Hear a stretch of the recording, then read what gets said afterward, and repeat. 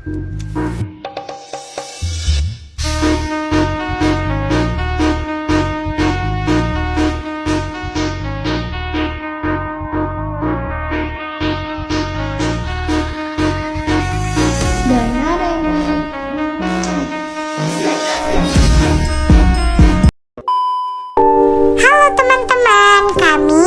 6 yang cantik-cantik dan ganteng-ganteng ini ingin menjelaskan materi perpajakan tentang BPHTB dan Bea Materaya. Stay tune. Bea perolehan hak atas tanah dan bangunan adalah pungutan yang dikenakan atas perolehan hak atas tanah atau bangunan. Pajak ini didasarkan pada UUD nomor 28 tahun 2009 tentang pajak daerah dan retribusi daerah yang mulai diterapkan pada 1 Januari 2011. Kira-kira dari pengertiannya teman-teman udah paham belum? Kita lanjut ya. Selanjutnya ada subjek dan objek BPHTB. Subjeknya berupa orang pribadi atau badan yang memperoleh hak atas tanah dan bangunan, dengan kata lain adalah pihak yang menerima pengalihan hak, baik itu badan maupun orang pribadi. Sedangkan objeknya berupa perolehan hak atas tanah atau bangunan, yaitu terhadap peristiwa hukum atau perbuatan hukum atas transaksi atau peralihan haknya yang meliputi pemindahan hak dan pemberian hak baru. Perolehan hak tersebut meliputi dasar pengenaan BPHTB. Dasar pengenaan BPHTB sendiri adalah nilai perolehan objek pajak atau NPOP. Selanjutnya pengecualian BPHTB. Apa aja sih pengecualian BPHTB? Yang pertama ada perwakilan diplomatik atau konsulat. 2.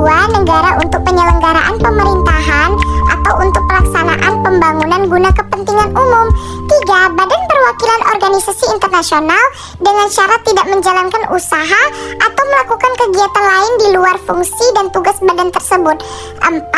Orang pribadi atau badan karena konveksi hak atau karena perbuatan hukum lain. 5. Yang tidak menyebabkan perubahan nama. 6. Orang pribadi atau badan karena wakaf. Dan yang terakhir ada orang pribadi atau badan karena kepentingan ibadah. Oh my gosh! Sesuai aturan tarif pajak yang diterapkan sebesar 5%. Menurut Perda nomor 18 tahun 2010 pasal 7, besarnya pokok BPHTB terhitung sama dengan tarif pajak dikali NPOP-KP sama dengan 5% dikali buka kurung NPOP dikurang NPOP-TKP. NPOP yaitu nilai perolehan objek pajak, NPOP-TKP nilai perolehan objek tidak kena pajak, dan NPOP-KP yaitu nilai perolehan objek penghasilan kena pajak. Lalu ada juga tarif BPHTB versi hibah, hanya ditambah 50% saja perbedaannya. Langsung ke contoh soal saja. Tuan Hakim memperoleh hibah dari orang tuanya sebidang tanah senilai 650 juta rupiah. Dalam SPPT PBB tertera luas tanah 2000 meter kuadrat dengan NJOP 335.000 per meter kuadrat. Bila NPOP TKP diterapkan 300 juta rupiah, maka hitunglah BPHTB yang harus dibayar Tuan Hakim. Bagaimana ya menghitungnya?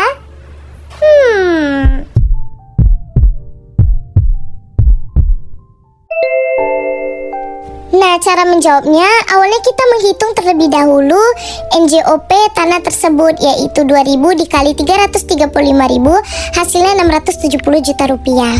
Karena nilai NJOP lebih besar dari nilai NPOP sebesar 650 juta rupiah, maka kita gunakan NJOP sebagai dasar perhitungannya. Nah, untuk mencari NPOP-KP-nya, kita kurangkanlah NJOP ini dengan NPOP-PTKP, yaitu kita dapat sebesar 370 juta rupiah. Setelah kita dapat, maka kita menghitung BPHTB-nya, yaitu 5% dikali 50% dikali 370 juta rupiah, hasilnya 9.250.000 rupiah. Bagaimana teman-teman? Apakah paham? Lalu ada soal lagi nih. Diketahui Tuan Budi membeli tanah dan bangunan dengan NPOP 70 juta rupiah, sedangkan NPOP TKP yang berlaku di kota tersebut yaitu 60 juta rupiah dan tarif pajaknya 5%. Berapakah BPHTB yang terhutang ya?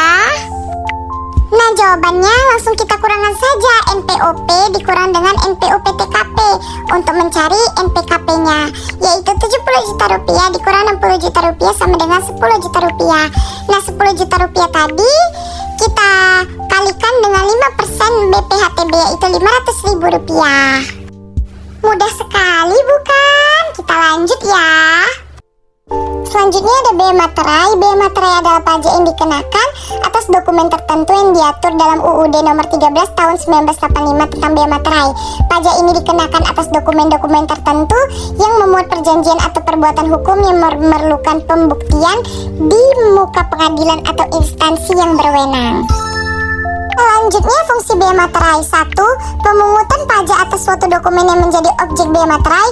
2. Memiliki kekuatan hukum apabila terdapat subjek atau pihak yang membuat dokumen. 3. Menjadikan suatu dokumen dapat digunakan sebagai alat bukti di persidangan. Dan yang terakhir, memberikan nilai hukum pada sebuah dokumen penting yang memiliki suatu nilai tertentu. Selanjutnya ada subjek dan objek bea materai. Subjeknya berupa pihak yang menerima atau mendapat manfaat dari dokumen, kecuali pihak atau pihak-pihak yang bersangkutan menentukan lain. Jadi intinya, semua pihak yang dengan sengaja menggunakan atau memanfaatkan semua jenis dokumen sesuai dengan peraturan perundang-undangan. Sedangkan objeknya yaitu dokumen yang dibuat sebagai alat untuk menerangkan mengenai suatu kejadian yang bersifat perdata, meliputi surat perjanjian, akta notaris, akta pejabat, dan lain sebagainya.